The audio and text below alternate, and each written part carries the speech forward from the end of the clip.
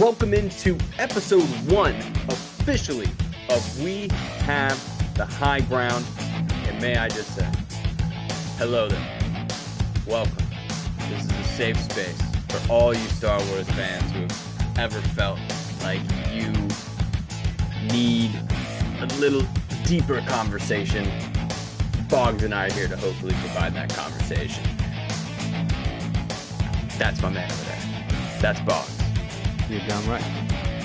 We're reviewing an epic return to the Mandalorian. So much fun, pushing such a good mood. Loved it from start to finish. Spoilers in this episode as well. Yeah, can't wait to break it down. So much to talk about. So exciting. Great return back to the Mandalorian. My anticipation level was high. It way exceeded that. I mean, they've done so good. I'm super excited to break it down with you. Oh yeah, there's no one else I want to be doing this with. Welcome. If this is your first time here, we also reviewed the first season of The Mandalorian. By the way, we are on the Pop Culture Universe YouTube channel, and we are so happy to be here. And thank you to all the new viewers that we're going to get being a part of this channel. And we're just super excited to get into what Bogz claimed is the best episode The Mandalorian has ever put out. So in 9 chapters, yeah. I'm here to out of the push 9, that. this is my one. I'm going to push him a little bit. I can already hear people. I don't know, Bogz. The last one, it had the dark saber. I don't know. Maybe. Yeah. Maybe. But so, I mean, if for folks who, if they haven't gone back, this is technically episode 1. So, Bogz, please tell us your Star Wars story. Oh, quickly. Well, obviously you can watch the full story on my in the 0.1, 0.2 episodes. But yeah, just overall, introduced it by my father just at home.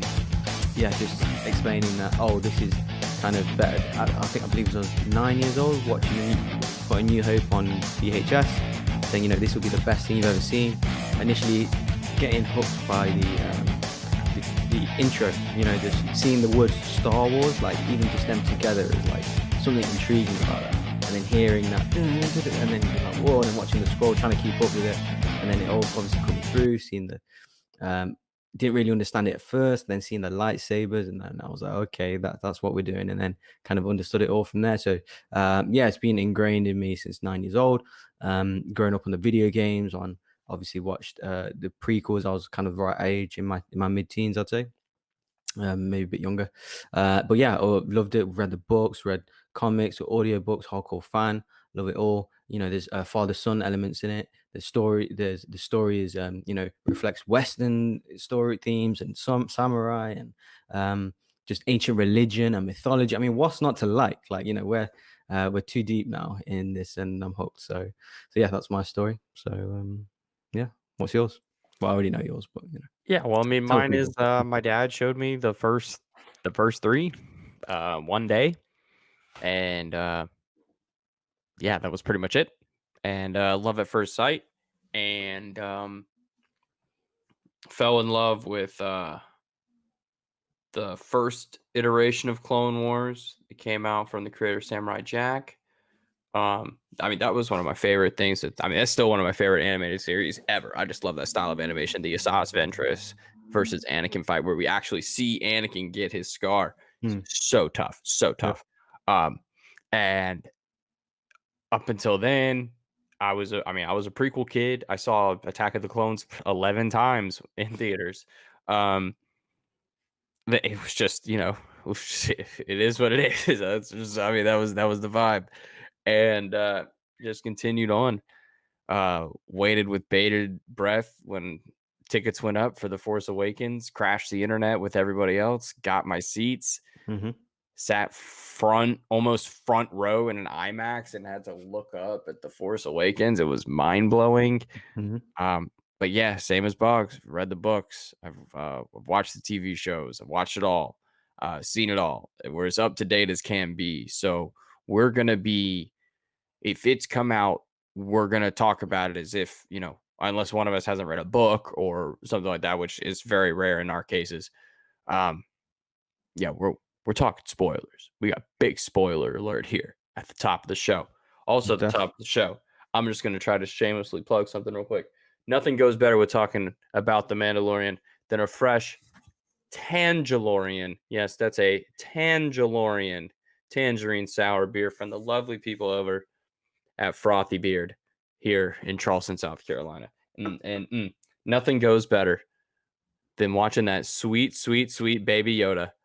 Those ears just go flap, flap, flap, flap, flap through the wind on a speeder bike. Nothing goes better than a Tangalorian. Apart from blue milk, maybe, but I'm that's that. considering this orange milk. Fair. But Bogz, we've waited a long time to talk. I mean, just to anybody about New Mandalorian. So let's get into it. This is season 2. This is episode 1. Out of the dark steps our hero, Din Djarin, and the child on some planet. We don't know what the planet is. Still don't know. My first thoughts were, what is this planet? Does it matter? Probably not. Yeah, same. But those red eyes are George Lucas as hell, and I'm all for it. They just all pop up, and then they're a nice little treat for you later. Remind me of a little Game of Thronesy with little Ramsay's dogs. What are your first thoughts as we get first glimpse on our heroes again? Yeah, same. It seemed like a direct continuation from the kind of where we left off. It seemed like just the next day or the next 2 days after, where I actually thought it was Corellia for some reason, or Corellia-like. It looked like some kind of dark alley. And then just seeing kind of what we're doing and what he's doing in that specific place, because it looked like a place quite similar to where he's at. Maybe he's looking for some bounty hunters, that kind of thing. And then he strolls up to the I don't know what you call it, kind of fight club, I guess. Yeah, it's just like an arena. It's like a box. Yeah. But what this reminded me of is seeing this is like a kind of a low level one for bounty hunters, for scum and villainy to kind of be in, because as opposed to like some like an elite, like something like in Canto Bight, where where you have the elite watching kind of fine dining, racing, and these guys were like the scum and the villain. Everything was dirty and there's animals outside, and I just like this was juxtaposition. BYOB too. Everybody had to bring your own blue milk, for sure.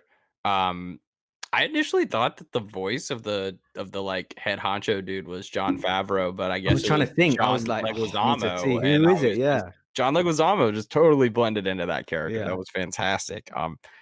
You could see it more when gets outside, but I love the way the show just does practical work.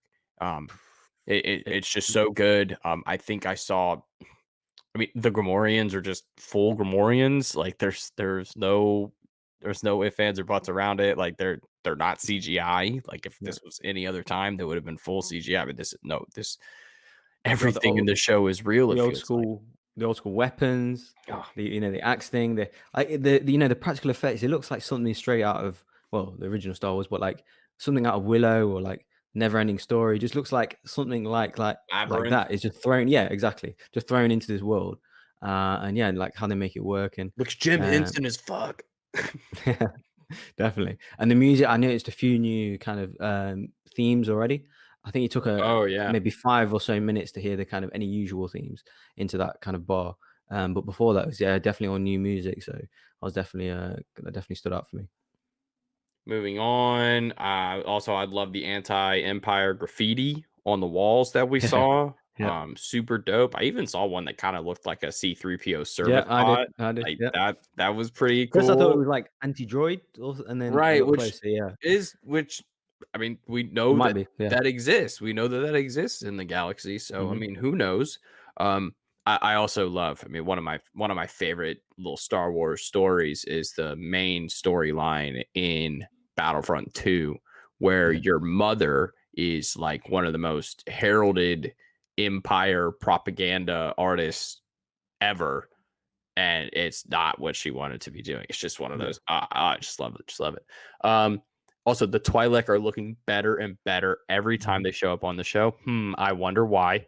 Um, the child seems perplexed by the situation in the Yeah. arena. He's very aware. Mm.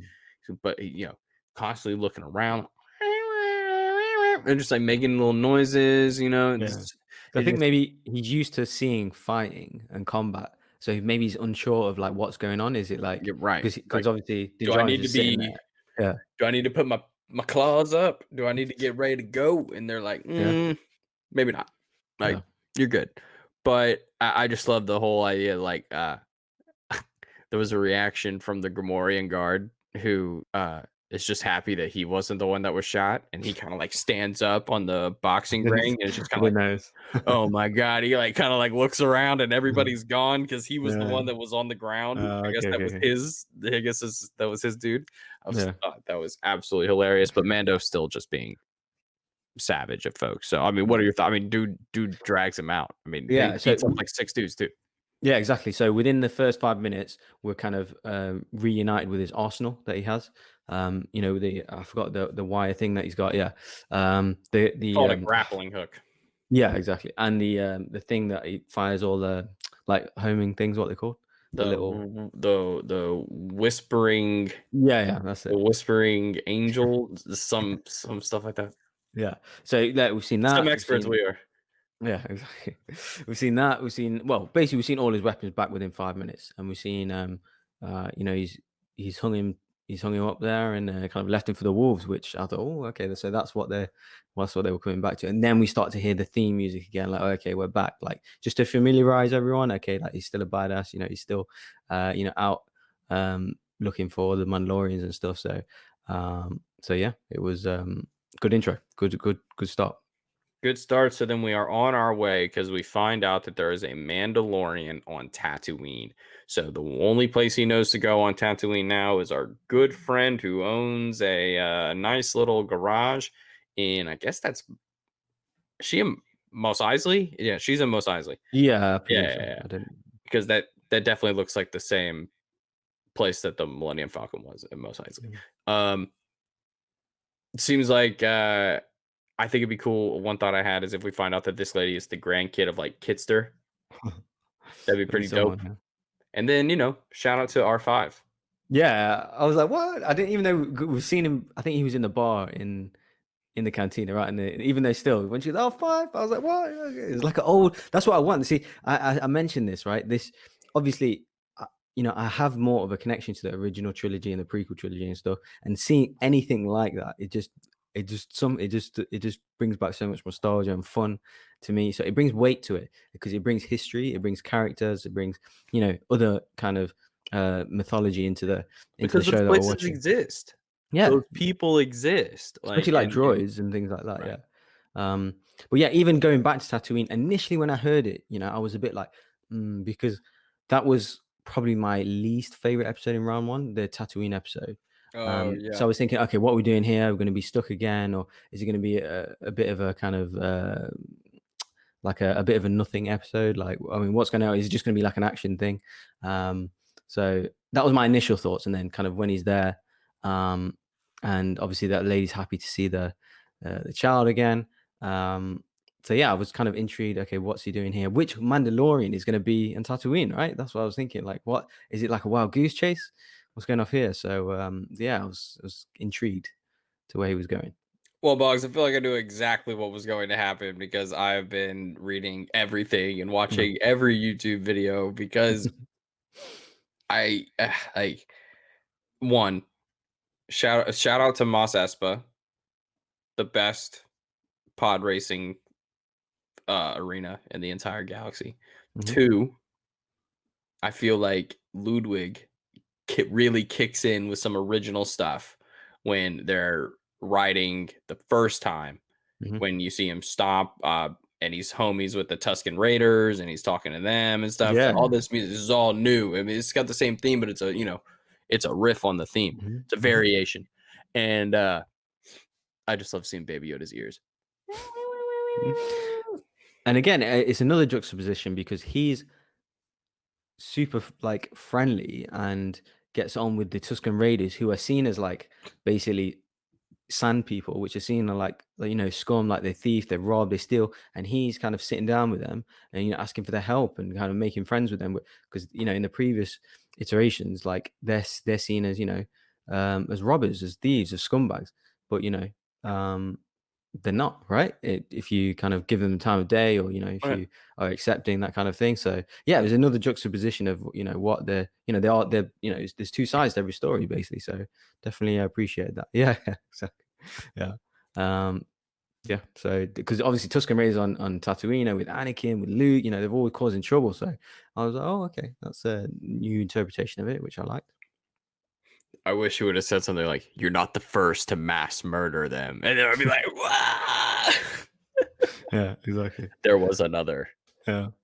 Um, okay.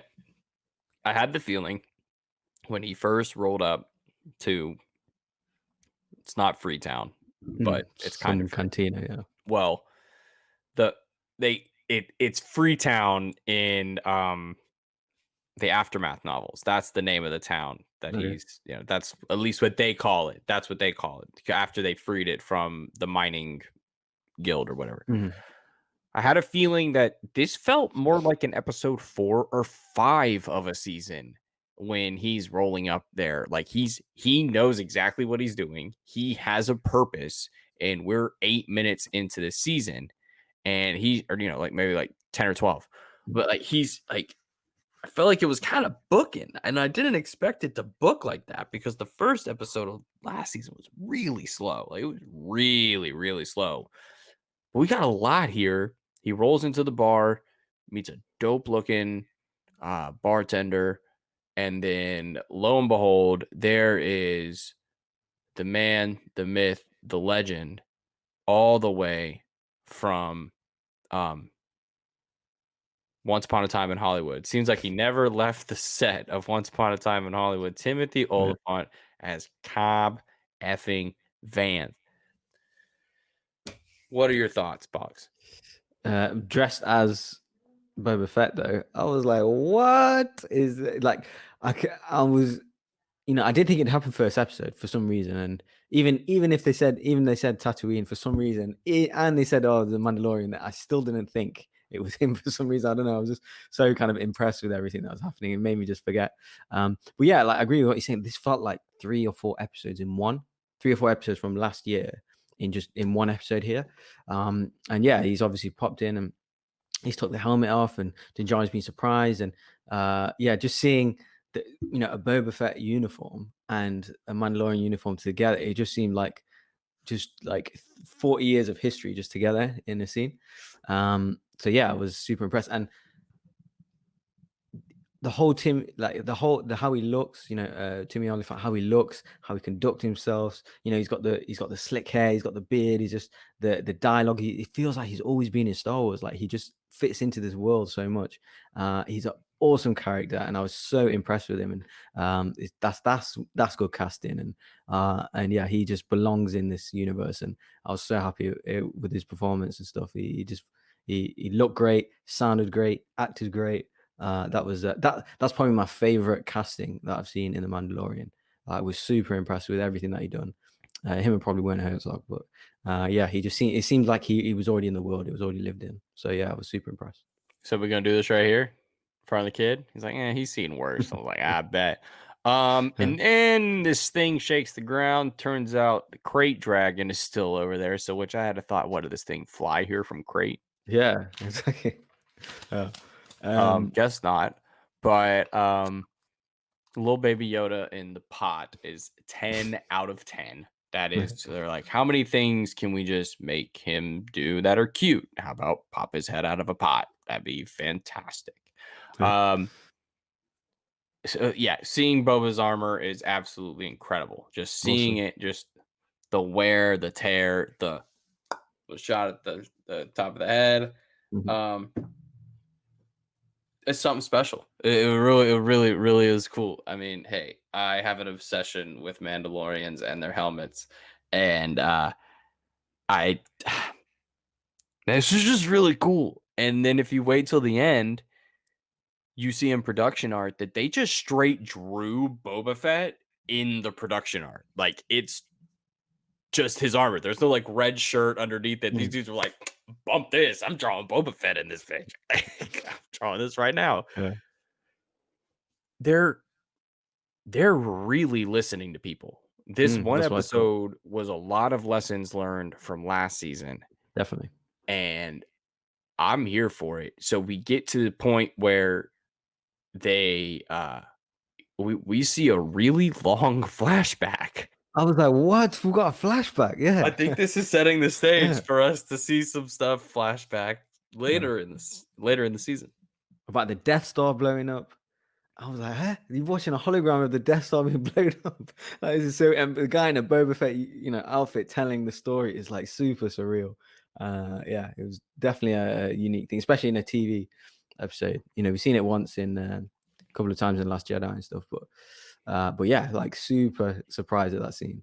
Um, and then him getting saved by the Jawas, which I thought was cool.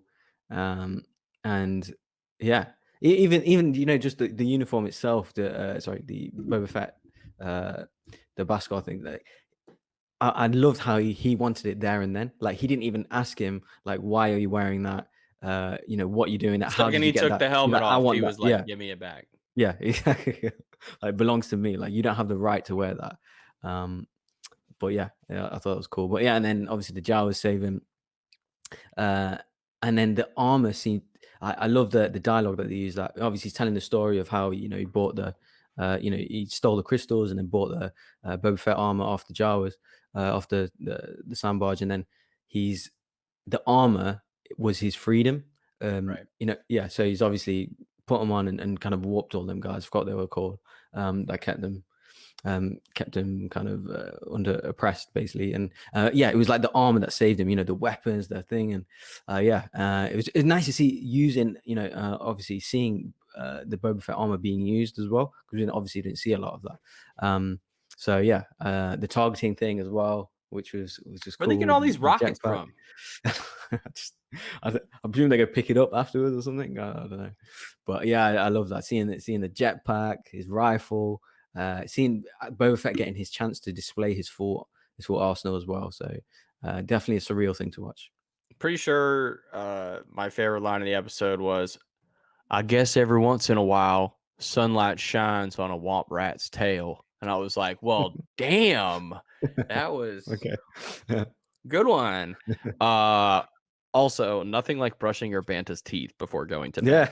Yeah. What the hell? Yeah, it's awesome. There's Awesome, just man. so much Like, yeah, random stuff going on. Like, exactly. why is all this so randomly amazing? And I heard, actually, I don't know if well, it's coming yet, but did you know Sam Witwer made a cameo in this? Oh, Yeah, was he I one need of to the watch it. townspeople? I think so, yeah. I need Yeah. to watch it back. I've just seen it on Twitter, but it's like 13 minutes in or something. But You'll I was like, probably what? I He's had no idea. probably I in the definitely need scene to watch it back. where he's convincing them. The scene where he's Yeah, I convincing presume. them. Yeah, he's probably somewhere in there. Or maybe if they're just panning through the town, maybe he was one of the people there. I don't know, but yeah, it could be that. So again, I just write the show is beautiful.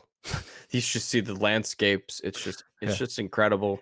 yep. Um, so I guess so the interesting my favorite interaction was when the Tusken Raider like drops the bomb, and then the guy's like, "What are you doing?" Like, "What are you doing?" Like, it was just so like classic, like Clone Wars. I could have just totally seen them just like the animation just messing around with one another. But seeing Cobb like step in there, he's like, "I'm part of this. I'm in. You guys got to chill out." And I thought that was pretty cool, and it probably showed something to the Mando that maybe one day he'll get his own armor, and it will, you don't need to be too old or too young. We need Mandalorians that just, Hmm. believe in this way. And he When you were led a talking life. about, when you made a note to say it was beautiful, what were you talking about? Do you remember The specifically? landscape, like the Okay. sand, when they're all on the Bantas, once they've all loaded up everything and That's they're what all I just put. The actual band, they look awesome. There's something like majestic about them, like with the horns. It just seems so. I saw so much detail there, and the hair and how big they are, and yeah, just like cleaning the if teeth. I y'all just make thought a Funko it would look Pop of awesome. him on this thing, Yeah. For some reason, they look like ugly to me, but give bantas me a look Banta. beautiful. I don't know. Give Yeah, me a Banta. yeah. They look absolutely great. I was like, yeah. And obviously the Tusken Raiders, you know, when they kind of dog, wolf animals came, and obviously they belong to the Kind of Tusken look Raiders. like the things from. They look like cousins of the things from Attack of the Clones that were in the Yeah, a little bit. arena. Yeah, a little bit. And obviously the Tusken Raiders, you know, obviously Din Djarin being making kind of friends with the Tusken Raiders helped them out. So that kind of already has come back to assist him. But yeah, like you're saying, it's, you know, them kind of teaming up and saying, you know, he's a Mandalorian, you know, building the lore again. He's a Mandalorian, you know, he's kind of Pretty good at killing. yeah. And you see again, seeing them do together, Boba Fett and the Mandalorian. Well, obviously not Boba Fett, but you know, the outfit with the Mandalorian. It's just like I kept like thinking, what? Like I just never thought that I would see it on screen, right? And it's yeah, I'm glad kind of the Boba Fett kind of mythology is getting more screen time, basically. So we then come to the final confrontation between the combined forces of the village and the Tusken Raiders. Mhm. And they've decided to load up one of the Bantas with a bunch of explosives, and they're going to try to bait it with it. Kind of works. But before it kind of works, double jetpacks. I was like, Yeah. double That's awesome. jetpacks? It's awesome. Yeah. Awesome, man. One of them's yeah, they both got the helmets on. It just looks like yeah. I mean, this is the first time. Yeah, this is the first time we've seen the like two Mandalorians working together like that. Obviously, we've seen the other ones. I'm talking live action, right? Where we've seen, you know, in episode 1, we've seen Mandalorians helping out Din Djarin, but not like working together like that side by side and kind of flying with the, you know, with the jetpacks. It's super, yeah, surreal. Yeah, I was like, I actually put wow when I like made a note and stuff. Yeah, it was wicked to see, geeking out. This is where I And yeah, wrote, where the fuck are they getting replacement rockets? yeah, I did think that, but yeah, and it's yeah, but I didn't care. Like I just loved Oh, it, I and immediately did not care after I wrote it. I was yeah, like, look and of up to course, the this is screen. all everything we're seeing. The whole storyline is right out of westerns, right out of samurai stories. Again, I think they've built on that episode 4 in the first season. You know, the people against like some kind of animal or some kind of, you know, bigger, more intimidating, more I mean, destructive that's a creature. Clone Wars trope. We've been in this Yeah. since the Clone Wars. They did that episode after episode after episode, was them going in and instilling a belief into people that they can do something that they Mhm. thought was Yeah, impossible. you're right. Definitely That's happened in what Star Rebels as Wars well. that's what Star Wars is. And Mm. they're getting that down like to a science. Mhm. And it's beautiful to watch it in live action because if we're able to do this once every 3 episodes, but like also by pushing together plot, like It doesn't pushing feel like filler, yeah. It feels no, like a thing that you've this just was run like into, yeah. yeah, exactly, and Mhm. it pushed us forward, though we don't really get a lot of answers, um, unless well, we'll get there in a second. Mm. First, Mando gets eaten Yeah. after, hitting Cobb's, jetpack to get Jetpack, yeah. him out of the way, Mhm. telling him, "Look after the child," Mm. which I was like, Yeah, I thought not just early. Did you Yeah. just trust this man? Like, Yeah. 1, to say that. Yeah. 2, gets eaten, Mm. has the detonator. And then my line is Mando said, "Ever seen Pinocchio?" And then just kind of electrocutes himself out and then blows the dragon. Mhm, mhm. And that was, I mean, it looked spectacular. That dragon was You did, yeah. huge. It looked like, I mean, obviously scope and size, it's smaller than the worm in Mm. Dune, but it still has that same presence. It's that same way it fills the entire screen when dudes are running from it, and then it's like, "Rah!" You're like, ah. Yeah, and it goes into ground and comes back on a cliff, like, and then it sprays out the. I was like, "What the hell? How can you kill this thing?" But yeah, I thought him getting swallowed and stuff that's straight old school. You know, exactly like you're saying, Pinocchio. Even before that, like a Moby Dick story, that's straight out of there. You know, straight classic themes. And but I thought even with the kind of the I don't know, the saliva, the juice thing that he was spraying, he had it all on him. I know it was on the armor, but he still had it all on him. I thought maybe that would have affected him, but I let that one slide anyway. I don't think that was his. So I think it's kind of one of those things that it has to be like, you ever watched Rain of Fire? Yeah. Okay, so when those dragons spray, and same with the ones in Harry Potter, it's Mm. kind of like they shoot out, like gas is emitted that Okay. activates the liquid, right? So it's like if you just had lighter fluid all over you, you could Yeah. clean that off as long as there was no fire in theory, Okay. right? It's like So a I think different part of their that's mouth or something yes, like yeah, it. yeah, yeah. And then he I needs think to actual like snakes have that thing as well. Like they have different sides of their mouth that they can spit yep. venom out, or that And kind the of thing. Or venom, something. well, some of them can spit venom, but a lot of them secrete it from their fangs. Oh yeah. Okay. So then it's So like it's a after effect thing. But yeah. So we'll let it slide. But Star Wars science, we're coming for you. We're scientists. yeah, exactly. And then they destroyed the thing, obviously, which is And then brought they the pull people. out another freaking egg. Yeah, But exactly. these people are obsessed with eggs. Yeah. And initially, I thought, why are only the Tusken Raiders having the meat? Like, do the humans not eat meat, or is it below them or something? And then I saw the Mandalorian have a piece himself. I was A like, okay, that's fine. whole ass chunk.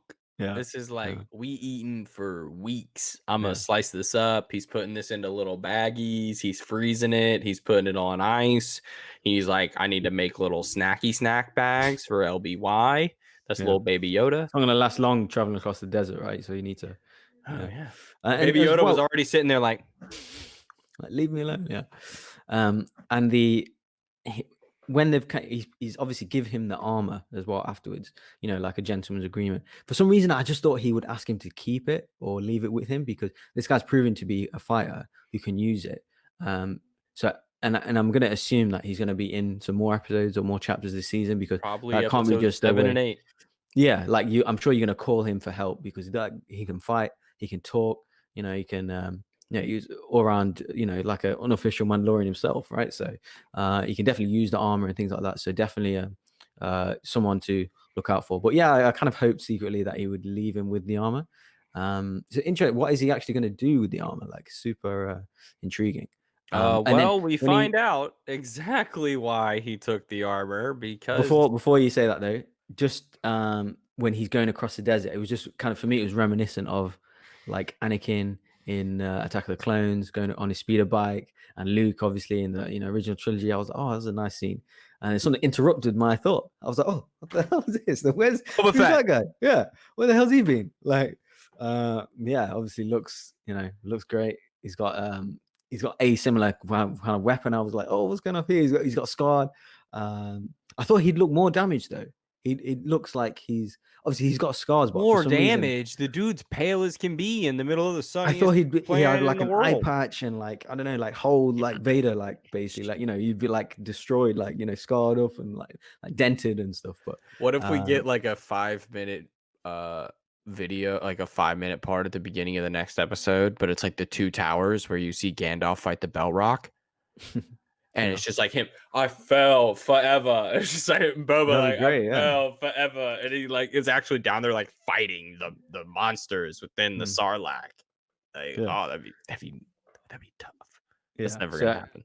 I think just on the other end of that, that was, what you're saying, that it was kind of, I want to say public demand that wanted him back, especially. What are your kind of overall thoughts on that? Do you think that maybe, like, I personally like that, I wanted Boba Fett to have I have a kind of constructed thought. Okay, go on. I believe that this story is set out to prove that exactly what was said in episode 7 and 8, that the Mandalorian is not a race. It's a creed.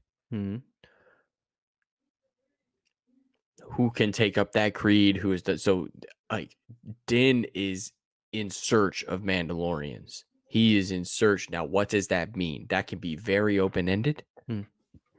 That could mean people like Sabine. It can mean people like Bo-Katan.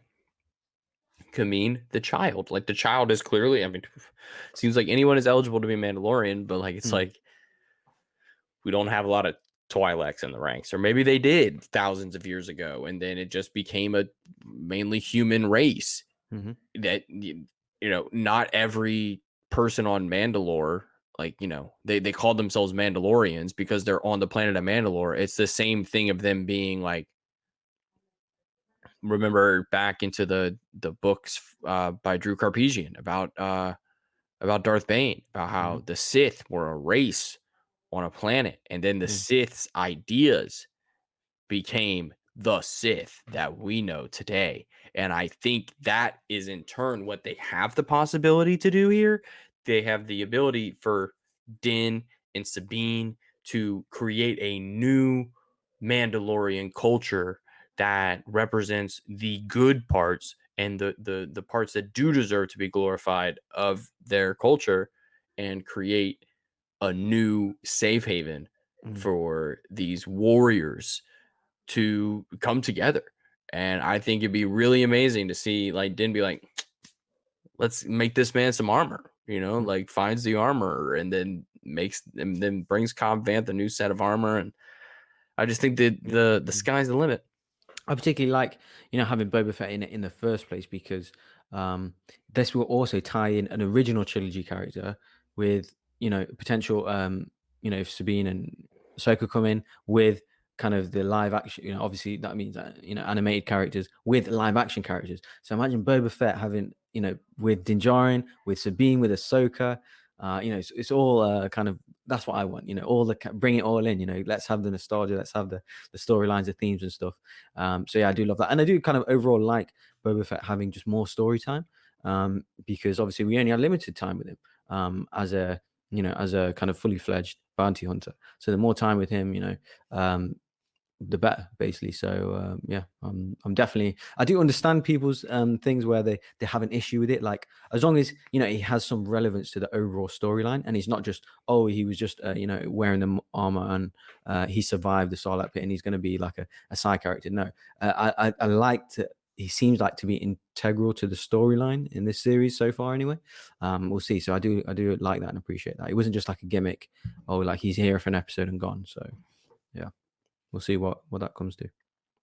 So as we begin to wrap up, Mm-hmm. I want to start to do things, at the end of each episode.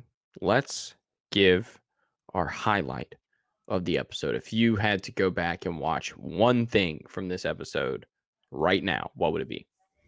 So I will be the Mandalorian and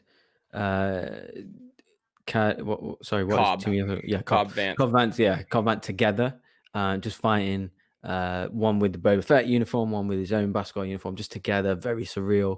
And then kind of they cut to the to the child who's just like looking all cute and stuff. So yeah, I'm definitely gonna rewatch that. I'm gonna rewatch the kind of opening scene and stuff. I'm gonna look for Sam Witwer's cameo as well. In fact, I need to watch it back because there's probably loads of stuff I missed, loads of Easter eggs, loads of cameos. So I love doing all that. I'm gonna watch my own other breakdown videos, other reviews, because that's how that's how you learn. You get better understanding, better knowledge from doing that. So I can't wait to kind of do that until next week's episode. For me, it's definitely like him like just electrocuting, like seeing the lightning in the inside of the dragon. I just thought the whole scene of the dragon is just so phenomenal. Like that was a television show. Like that was the first episode of a television show. Like, it was a movie. It felt like a movie. It felt like you're watching a short, an hour and a half movie. You just so much happening. It was so fast. Yeah, like that's why it's my favorite episode so far of the whole thing, because it was literally like complete. 3 episodes in one. Yeah, 3 episodes. Yeah, it was like a full movie, like a whole story. So because some episodes of season 1 were like 28 minutes. This was like more than double. So definitely that ain't happening again. I think they know like that ain't happening again. That was a Jon Favreau special. That was just because he directed this episode, right? So yeah, and wrote it too. Yeah. So it had his magic all over it. So absolutely loved it. Great start to series 2. So as we begin to look forward to the rest of the season, so we already got one of the big things out of the way, right? So we know what's coming. We're not gonna get too deep into exact numbers. We know what episode things are coming. Excuse me, just from things that have been released in the press. Can't wait for a couple weeks away. We're in for a doozy this show is going to treat us to some premiere Star Wars. This is going to go down as some of the best Star Wars to ever Star Wars. And Hope right so. now, that for me is Rebels in terms of a complete story. Rebels is what I love. Like Mhm. if I had to rank all of it, the Mhm. Rebels story is the story I would want to watch. Are you Um, talking all, or are you talking Disney? oh, I'm literally talking like, Oh, wow. oh yeah. Like I'm Okay, talking all okay. of it because Kanan Jarrus to me is the most important Jedi of all time. Yeah. He sets the stage for what the Jedi should and do, and I believe are trying to become Hmm. when we end episode 9. Kanan is the template, and that is set forward through Ezra. So come on down, Mr. Bridger. We would love to have you on the set of The Yeah, Mandalorian.